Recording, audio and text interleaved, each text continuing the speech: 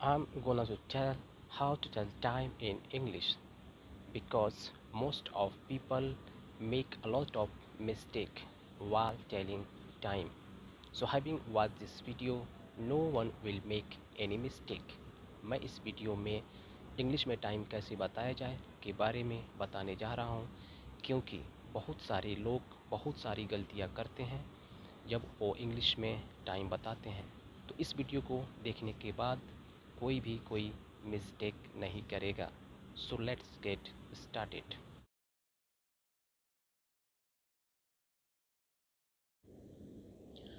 What is the time?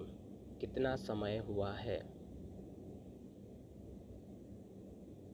It's 4 o'clock, 4 बजा है।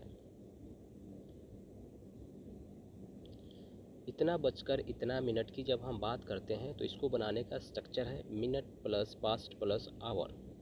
जैसे 4:05, 5 past 4। इतना बजने में इतना मिनट बाकी, इसका स्ट्रक्चर है मिनट प्लस 2 प्लस आवर। 4 बजने में 5 मिनट बाकी, 5 to 4।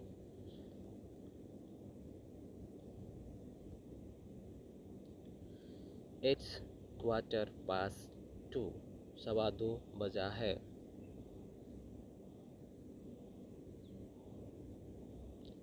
इट्स 2:30, 2:30 बजा है। इट्स 2:45, 3:45 बजा है।